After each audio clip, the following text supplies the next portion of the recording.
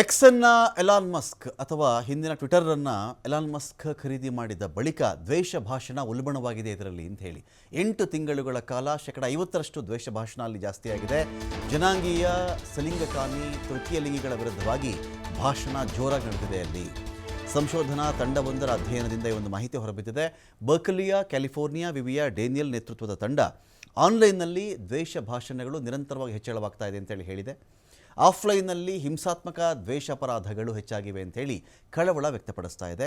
2022ರಲ್ಲಿ Twitter ಹೆಸರಿನ ಎಕ್ಸನ್ನು 44 ಶತಕೋಟಿ ದುಡ್ಡನ್ನು ಕೊಟ್ಟು ಖರೀದಿ ಮಾಡಿದ್ದು ಎಲಾನ್ ಮಸ್ಕ್.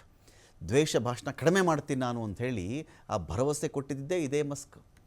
ಅನಧಿಕೃತ ಖಾತೆಗಳಿಗೆ ಕಡಿವಾಣ ಹಾಕುವ ಬಗ್ಗೆ ಕೂಡ ಎಲಾನ್ ಮಸ್ಕ್ ಮಾತನಾಡಿದ್ದ ಹೊತ್ತಿಗೆ ಇವತ್ತಿಗೆ ಚೆಕ್ ಮಾಡಿಕೊಂಡಾಗ ಆ ಮಾತೆ ಹುಸಿ ಆಯಿತಾ.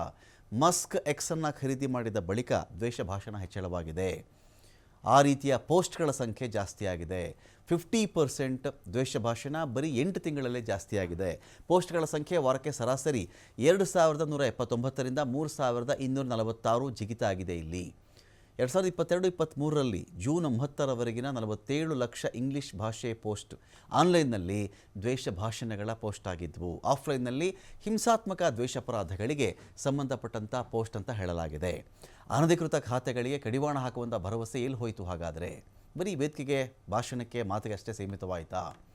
ದ್ವೇಷ ಭಾಷಣ ಇಷ್ಟಪಡುವ ಬಳಕೆದಾರರ ಸಂಖ್ಯೆ ಕೂಡ ಒಂದು ಕಡೆ ಜಾಸ್ತಿಯಾಗಿದೆ. ದ್ವೇಷ ಭಾಷಣಗಳನ್ನು ತೆಗೆದುಹಾಕಲಾಗಿರಲಿಲ್ಲ. ದ್ವೇಷಪೂರಿತ ಬಳಕೆದಾರರು ಹೆಚ್ಚು ಸಕ್ರಿಯರಾಗಿದ್ದರು.